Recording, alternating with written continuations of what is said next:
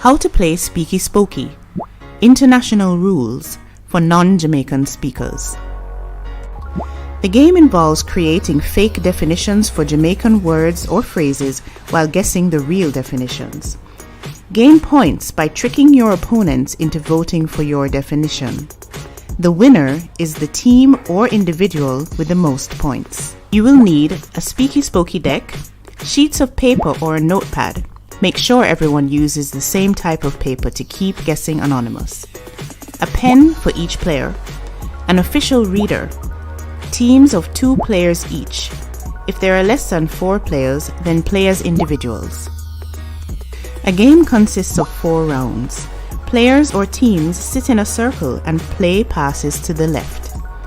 When playing as teams, combine the names of the team members to create fun names. Joel and Cara might choose the name Kajarel. Select the reader for the game, usually the person who is most Jamaican or who most recently ate something Jamaican. They will be the reader for the entire game. The first turn goes to the team with the youngest player. To begin the round, the reader draws a card. Without anyone seeing, they select an item, word or phrase, from the white face of the card. If this is the first round, the reader must select the first item. If this is the second round, the second item must be selected, and so on. The reader reads the item aloud and then spells it. The reader writes the item and the correct definition on a piece of paper. Each team or player writes the item down at the top of their paper. They must then write down a definition, made up or real, for the item. Each team or player places their name at the bottom of their paper and hands their paper to the reader. The reader removes any definitions that are correct or close enough to the real definition. The team or player that gets a definition correct is awarded 2 points. The reader shuffles the remaining papers and reads the definitions one by one to the teams or players.